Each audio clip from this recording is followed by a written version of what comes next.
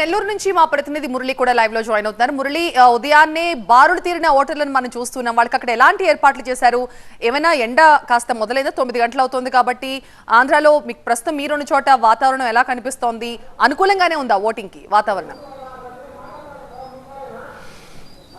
అంటే ప్రస్తుతం నేను నెల్లూరు సిటీ కాన్స్టిట్యున్సీలో ఉన్నాను. సో ఇక్కడ మనకు ఒక డిఫరెన్స్ అయితే కనబడుతోంది. ఉదయం నుంచి కూడాను నెల్లూరు రూరల్ కాన్స్టిట్యున్సీలో చూస్తే ఓటర్లు అనేది బారులు తీరినటువంటి క్యూ లైన్లు అనేవి మనకు కనబడుతూ వచ్చాయి. అయితే ఇక్కడ నెల్లూరు రూరల్తో పోలిస్తే నెల్లూరు సిటీ కాన్స్టిట్యున్సీలో చాలా వరకు ఓటర్ల సంఖ్య అనేది తక్కువగా ఉందనే చెప్పాలి.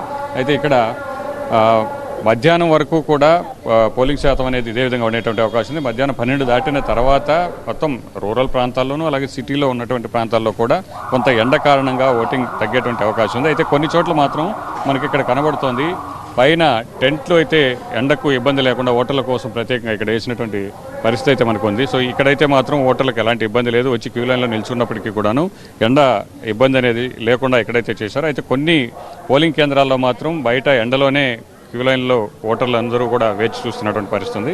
అయితే నెల్లూరు సిటీలో మాత్రం ప్రతిసారి కూడా ఓటింగ్ శాతం అనేది జిల్లాలో మిగిలినటువంటి నియోజకవర్గాలతో పోల్చితే తక్కువగానే అవుతుంది. 57 నుంచి 58% వరకు మాత్రం ఇక్కడ పోలింగ్ పర్సెంటేజ్ అనేది ప్రతిసారి కూడా నమోదవుతున్న పరిస్థితి. అయితే ఈసారి ప్రత్యేకంగా ఓటింగ్ శాతం పెంచేందుకు అధికారులు ప్రత్యేక చర్యలు తీసుకున్నారు. అందరికీ అవగాహన కూడా కల్పించారు. అయితే ఏ మేరకు ఓటింగ్ శాతం అనేది పెరుగుతుందో కూడా చూడాల్సినటువంటి పరిస్థితి. అయితే ఇటు జిల్లా వ్యాప్తంగా చూస్తే సమస్యాత్మక ప్రాంతాల్లో ముందస్తుగానే జాగ్రత్త చర్యలు అనేవి చేపట్టారు. గతంలో ఏదైతే ఇన్సిడెంట్లు ఉన్నాయో అక్కడ అదనపు బలగాలు కూడా మోహరించినటువంటి పరిస్థితి. దాదాపు 572 సమస్యాత్మక ప్రాంతాలుంటే అక్కడ పూర్తి స్థాయిలో భద్రత అనేది ఉంచారు. ఇప్పటి వరకు కూడా ప్రశాంతంగానే పోలింగ్ అనేది జరుగుతోంది. కొన్ని చోట్ల ఈవీఎంలు మొరాయించడంతో కాస్త పోలింగ్ అనేది ఆలస్యం తప్ప ఎక్కడ కూడా ఎలాంటి పరిస్థితి హింసాత్మక ఘటనలు అయితే లేవు. అయితే నెల్లూరు సిటీకి సంబంధించి మరి కాసేపట్లోనే అలాగే జిల్లా మొత్తానికి సంబంధించి కూడా 9 గంటల తర్వాత అంటే తొలి 2 గంటలకు సంబంధించినటువంటి పోలింగ్ శాతం అనేది మరి కాసేపట్లోనే అధికారికంగా విడుదల చేసేటువంటి అవకాశం.